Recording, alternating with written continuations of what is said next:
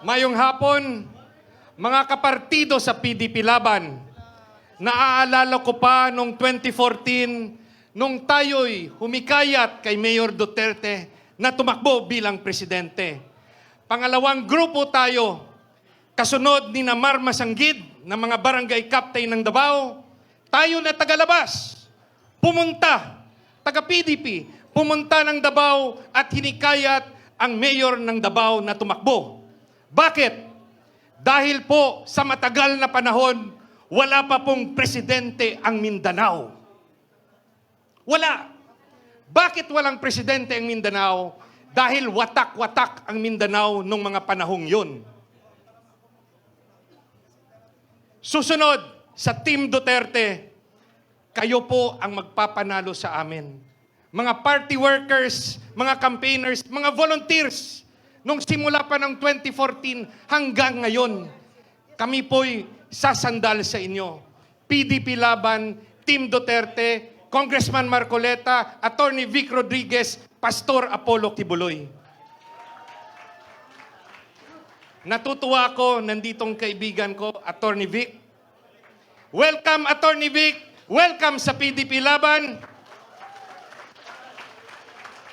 Matagal na naming inaantay ang pagdating mo. Negros Occidental, Negros Oriental, matagal na pong walang senador ang Negros. 1963 pa, nung nagkaroon ng senador ang Negros Occidental, si Oscar Ledesma. 1963. Ngayon, kailangan natin mag-unite. Negros, tulungan niyo po ang PDP Laban senators at ang adopted senators namin. Negros Oriental, Senator Teves pa po, 1972. Ang tagal-tagal na po. Wala tayong senador. Tulungan po, Negros Oriental, ang PDP Laban magkaroon ng senador na taga-Negros. At mga kasama ko sa PDP Laban at mga adopted Team Duterte namin.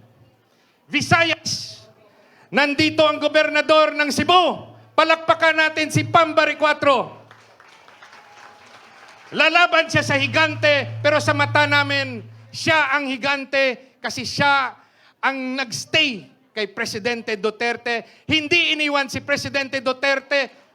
Palakpakan natin si Pambari 4. Mayor Mike Rama, ang kampyon natin sa Visayas. Mayor Mike, salamat, hindi ka nagbitiw. Sabi mo, kahit dalawa na lang kayo ni President Duterte, nandito ka pa rin sa PDP Laban. Ilaban po natin ang ating mga senador sa Cebu City. Mindanao, nagkaroon na po kayo ng presidente. First Mindanaoan president. Pinagtatawanan po ako dati sa Western Visayas dahil ang dala kong presidente, ang inyong Mayor Duterte. Humihingi po kami ng tulong ngayon. Mindanao, bigyan nyo kami ng isang senador sa Visayas. Pwede ba yon? Pwede ba yon, Mindanao? Luzon, mga kaibigan namin sa Luzon, kailangan po nating mag-unite. Tulungan nyo po ang Mindanao at Visayas. Kailangan po ng bagong panggobyerno, hindi po yung trapo. Hindi po yung utak, ayuda. Baguhin natin ang sistema ng gobyerno ngayong Mayo 2025. Luzon, makikisama ba kayo sa Mindanao at Visayas? Luzon, lalaban ba tayo? Mga kapatid kong Muslim, tulungan niyo po kami, magkaisa po kayo. Allahu Akbar! Allahu Akbar! Tulungan niyo po ang PDP Laban at ang Team Duterte. Mindanao, huwag niyong pabayaan si Senator Bato. Luzon at Visayas, Senator Bato de la Rosa. Pilipinas, huwag niyo pong pabayaan si Senator Bongo, Mr. Malasakit. Ang aking pong katuwang ng mga abogado, Attorney Jimmy Bondok, magiging partner ko yan sa Senado. Matapang si Jimmy, pero gusto niyang tawaging lover. Attorney Raul Lambino ng Luzon, kailangan po nating tulungan. Bigyan po natin ng boses. At ang aming Kuya Ipe, Philip Salvador, huwag po nating pabayaan. Pag nagkaisa ang PDP Laban at Team Duterte, alam ko may kanya-kanya tayong paborito. Pero pag hindi tayo magkaisa, mai-impeach po si VP Sara. Gusto niyo ba na ma-impeach si VP Sara? Gusto niyo bang matanggal si VP Sara?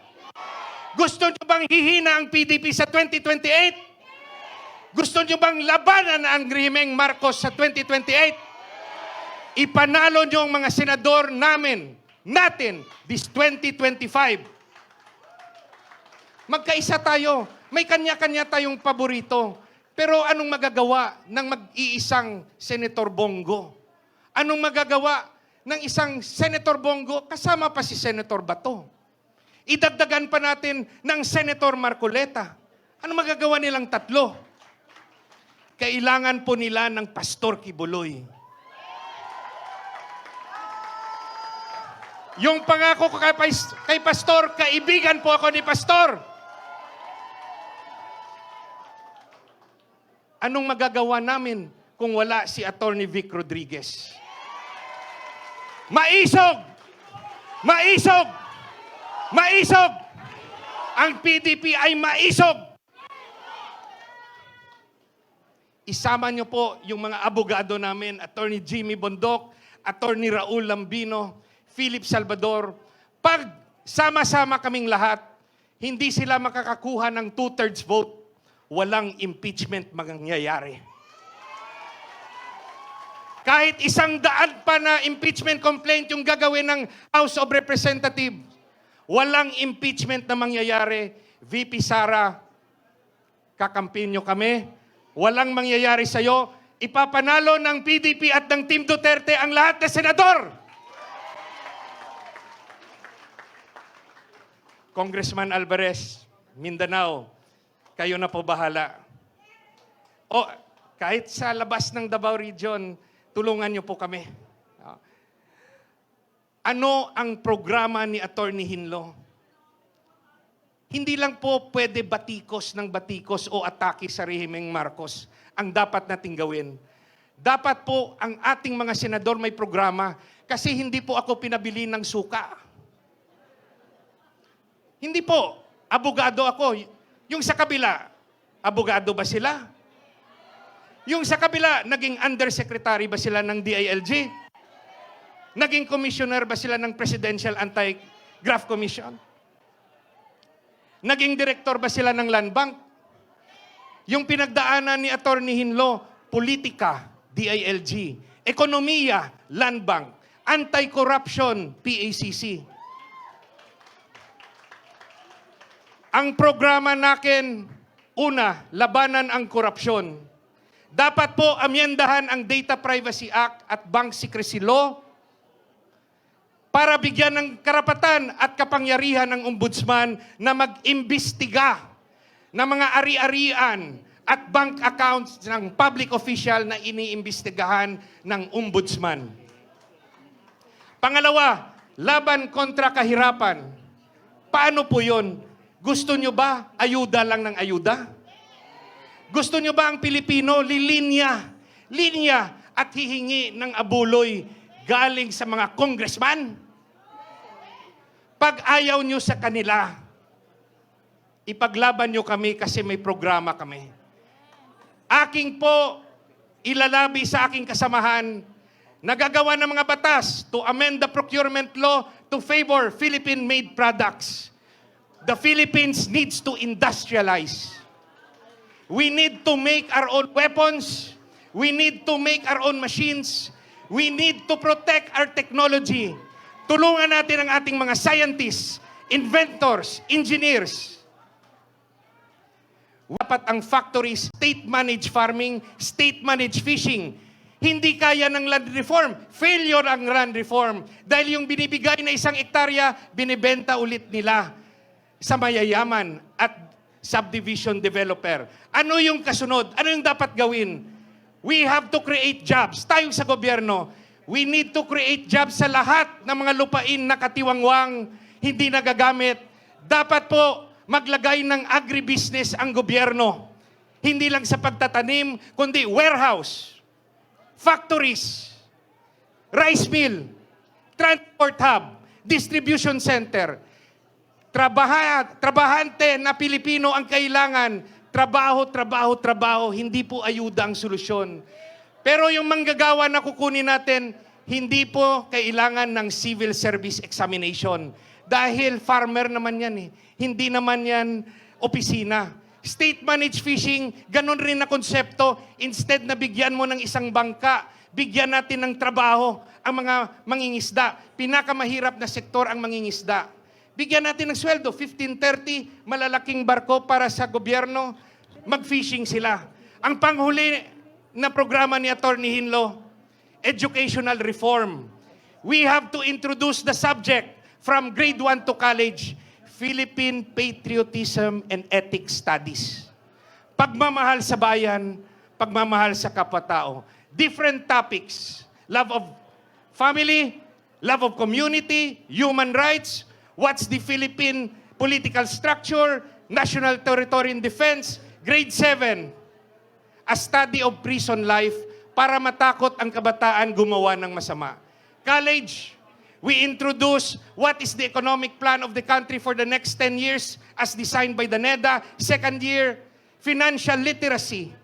How to start a small business. How to file a business permit. Third year, the dangers of corruption. Last year, fourth year, what is taxation, custom duty, what is estate tax, and lastly, how to file an income tax return. Pilipinas, ang dala po ng senador ng Visayas, programa para mabigyan ng permanenteng solusyon ang korupsyon, ang problema sa kahirapan, at para magkabuwas damlag ang Pilipinas. We need a future. We need to introduce good values to our youth. Mabuhay po ang Pilipinas. Mabuhay po ang PDP Laban. Mabuhay po ang Team Duterte. Salamat po. At mabuhay ka, Attorney.